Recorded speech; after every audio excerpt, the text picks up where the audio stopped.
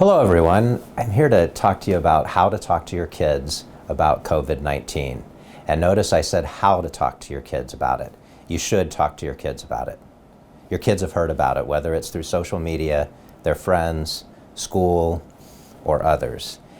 So have the discussion with them, and there's a few key points that I would suggest for you to look at when you're having this discussion. Number one, be age appropriate. You're going to talk very differently to your kindergartner than you would your high school student. Use the language that they use. Number two, listen to their questions if they initiate the conversation, and start by answering those questions first.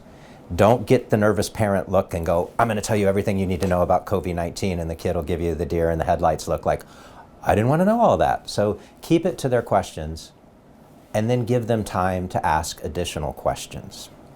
Number three, make sure you reassure the kids, but in that reassurance, we need to focus on being very honest with our kids about where things are at.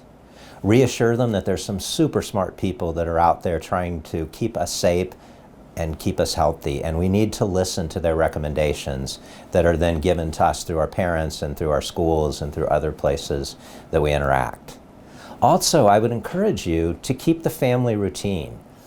You're going to have more time on your hands because there's a lot of things that you would normally be doing that are not going to be available. Please don't use that time to sit around and talk about COVID-19 and watch it on the news and talk about it on social media. Pull out board games. Watch movies.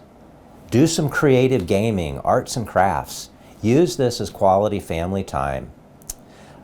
You've got to be available to your kids too. They might ask, especially your younger kids, they might ask the same question 3 or 4 times over the course of a day. And it's not because they're not listening. It's because it's something that can make them a little anxious, and they want to be reassured. And so asking that question the next time is searching for more of that reassurance.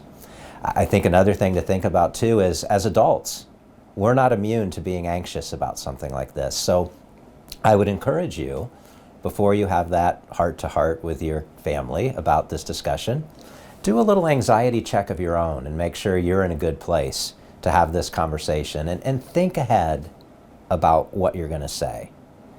But I can't emphasize enough about taking time to take a breath and listen to their answers.